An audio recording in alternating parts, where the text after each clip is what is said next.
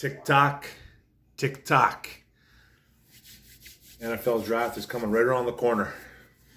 Why? 24 hours ago. 24 hours and it starts.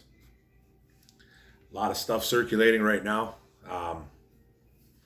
Lions are apparently in heavy discussion with Miami.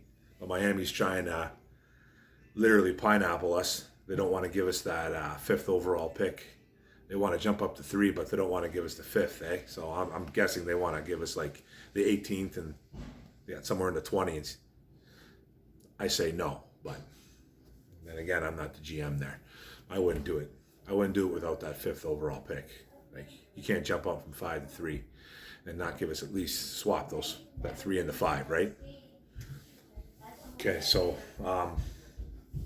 I wanted to touch on a little, like a few things here about the third overall pick.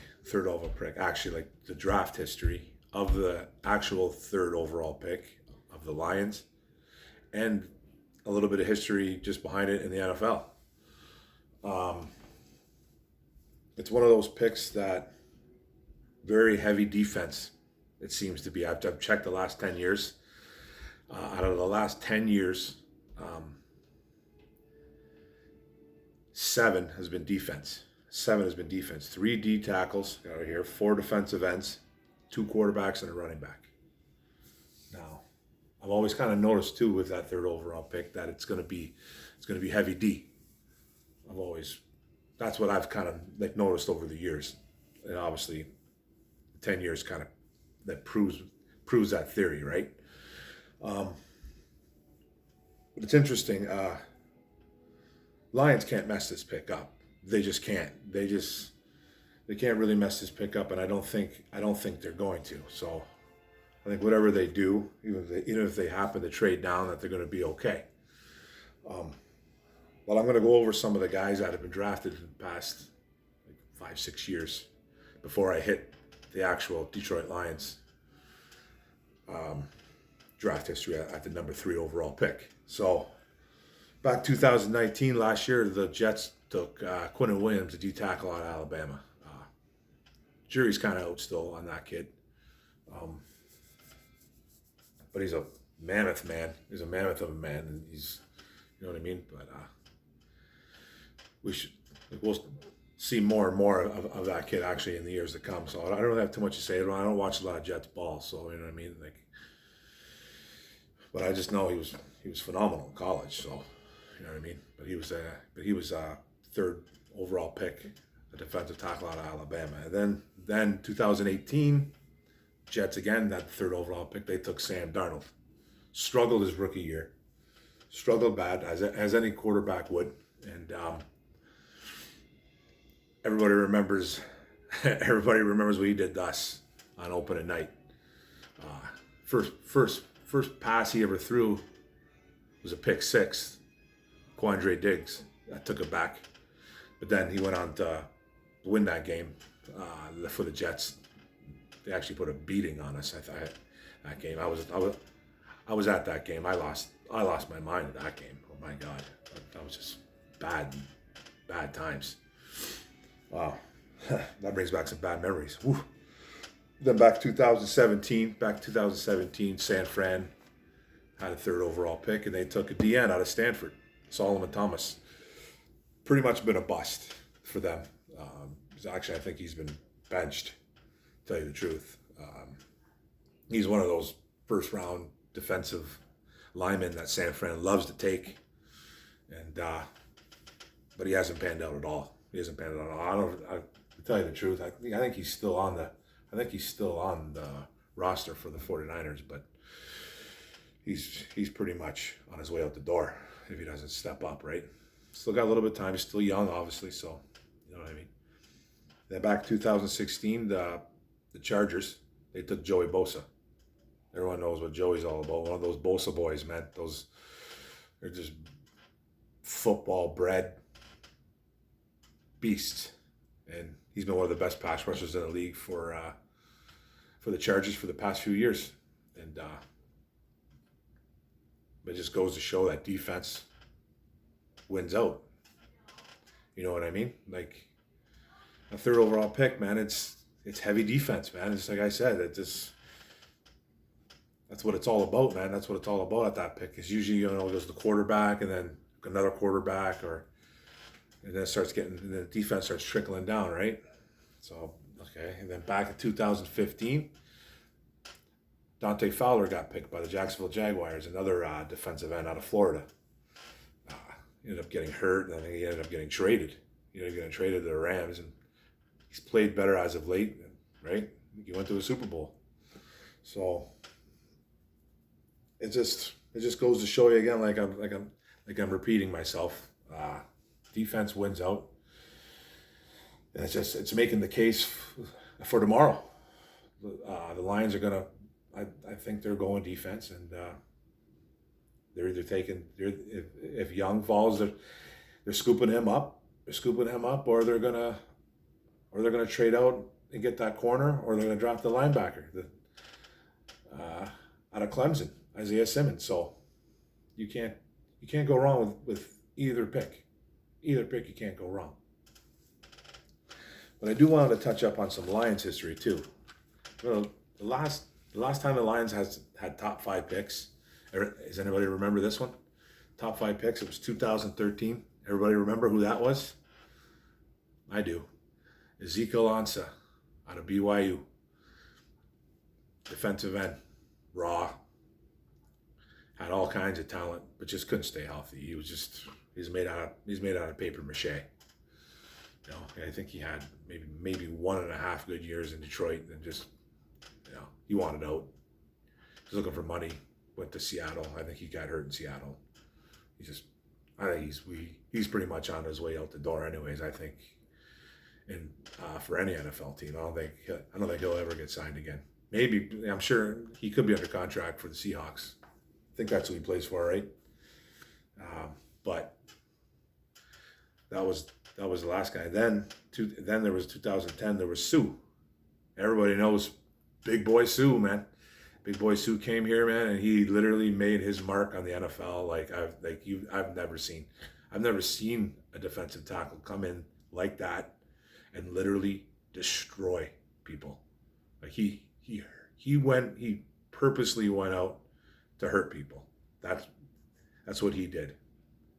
And I remember what he did, man, and I think it was an exhibition game against Carolina where he literally almost ripped Jake Delhomme's head off, the quarterback for the Panthers.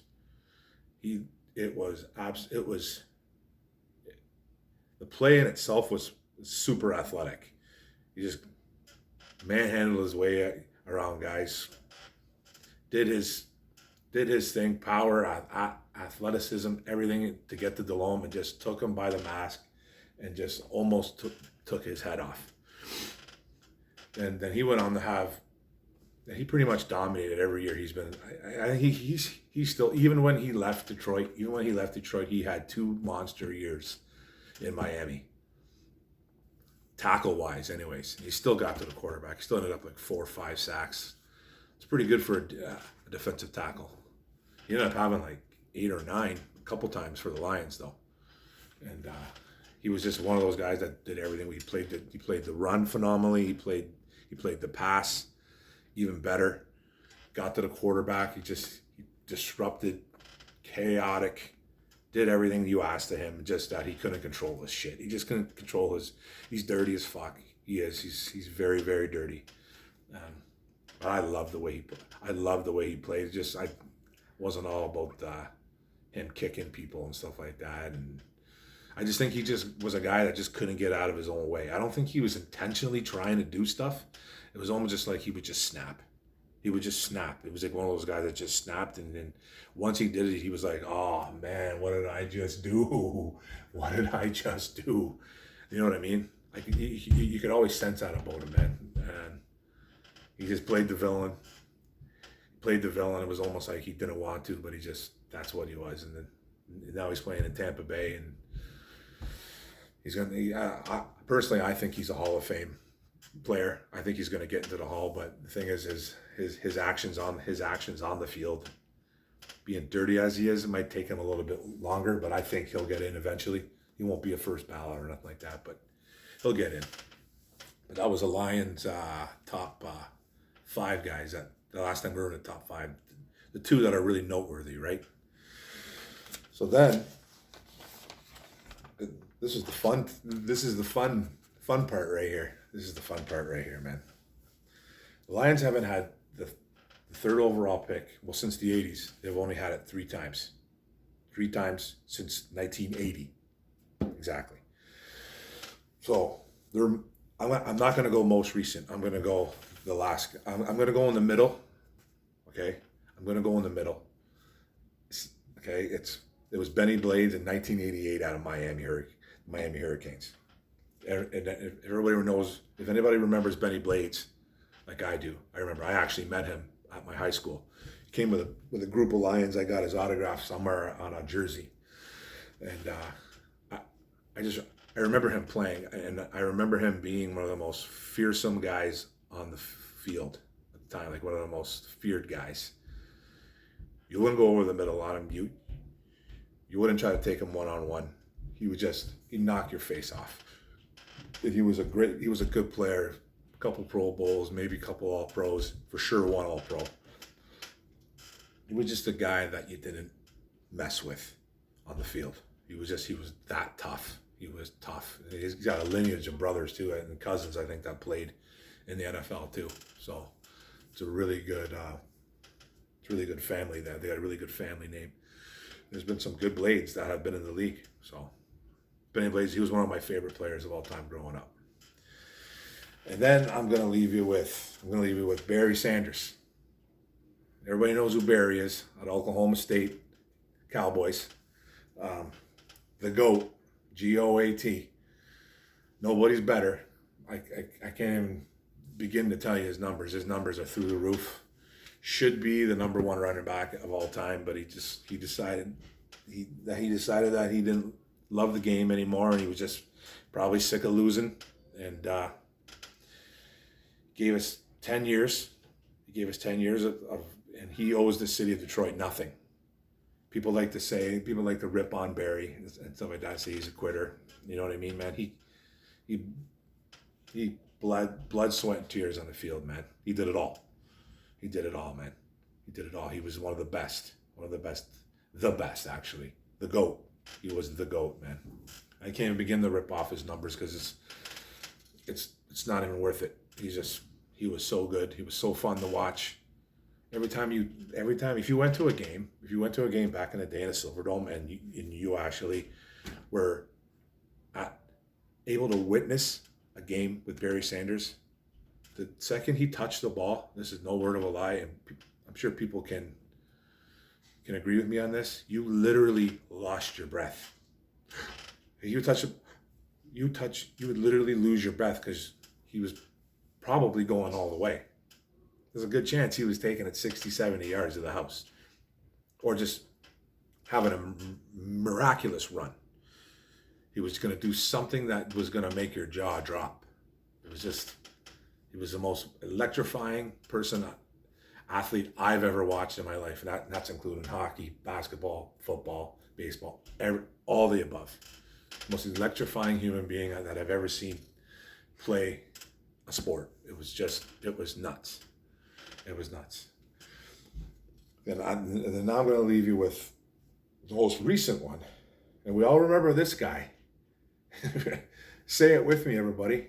Joey Harrington, quarterback out of Oregon. Now, there's a reason why I'm kind of leaving this guy last. I was talking to a friend of mine yesterday through text, doing that, just doing one of these, and he sends me a picture. I think he sent me a picture or something. He sent me a picture of Mariucci and Joey Harrington. I'm like, oh my God, Harrington, ugh, mooch, ugh. You know what I mean? Terrible. And my buddy, he ends up telling me, oh, Harrington got screwed over by the Lions. I'm like, well, how? Like, how did he get screwed over? Let me know. Still haven't really heard from you, Rich, how he got screwed over. You need to tell me. You need to really tell me because he was the third overall pick. The Heisman, he won the Heisman, didn't he? Did he win the Heisman that year? I don't even remember. I think he did. I think he did win the Heisman. But he was supposed to come in. He was supposed to light it up. Now, his numbers are horrible. He played 7 years in the NFL, okay? 7 years. 4 with the Lions, one with Miami, one with Atlanta, and then one with the Saints, where he never even played as a Saint. He never even played. He never even accumulated any stats. So he had a total of like 14,000 yards in like 6 seasons. Okay, 14,000 in 6 seasons. His best year throwing one time 3,000 yards once. One time. He had a total of 79 touchdowns in 6 years. That's so bad. I don't even know, like, what's the average on that? 14? I don't even really know, man. Just off the top of my head, what's the average on that for 6 years? So I'm not counting the 7th year because he didn't play. But that's an average of what, 14, 15 a year? Even less? 13? Okay, so there's that. And then he threw a total of 85 interceptions his whole career. 85 interceptions in six years. He missed a few games here and there. He missed some games with Detroit. He's pretty much an Iron Man for Detroit, though. But he missed some games. He missed some games with maybe Miami, blah, blah, blah. But 85 total picks. And he was like double digits his whole career. I think one year he wasn't with Atlanta. I think he might have just threw 8. But he only played like 11, 12 games. Like, that's, like, whatever. Or it could have been more. But he was double-digit INTs every year. I think he threw 22 interceptions with Detroit one year. That's, like, come on, man. You're the 3rd overall pick, man. Step it up. Do something. You know what I mean? Now, there's a lot of things to say. His completion percentage, I don't even want to say this, man. It's pathetic. It actually makes me mad. It actually makes me really, really mad to be a Lions fan. His completion percentage for his whole career was 56.1%. Dude, that's horrible. That's like, I don't even know what to say at stuff like that, man. Like, you're throwing the ball, like, again, like, I'll use an analogy. Like, you throw a ball 10 times, and if your percentage is 56.1%, you're not even completing 6 balls out of 10. It's like 5.5. You know what I mean? He was horrible. He was horrible to watch. Everything about him was horrible. His nicknames were horrible. Joey Blue Skies, Joey Piano Joe. Man, like, what else did he? It makes me retch even thinking about how bad he was. He was bad, man. He was so bad. And the one thing about him too is that I won't knock on him. I won't knock on him. He wasn't surrounded by phenomenal weapons when he was in Detroit. He wasn't. But he was surrounded by guys that were like, they brought some free agents over. Like, they brought guys like Oz Akeem, Billy Schrader. Those guys were supposed to come over and supposed to do stuff for Detroit. He had Roy Williams for 2 years. He did have a decent running game during his time in Detroit. I don't really know what he was doing in Atlanta, Miami, but I know he came to the Silverdome and beat us with Miami. I think it was the Thanksgiving Day game. I do remember that, though. So he did play. I think he threw for 4 touchdowns, of course. You know what I mean? Like, you can't do that with us, though, right? You putts, you gotta give us the pineapple. So, but he did have a good running game with Detroit. He had Kevin Jones for 2-3 years. He had James Stewart, who rushed for over 1,000 yards with him. And that was when 1,000 yards was like the norm, right? That was actually the norm. Now it's like 1,200-1,300 is what they're trying to achieve now. But he did have a running game. There was no excuses there. He had I remember Marcus Pollard coming in.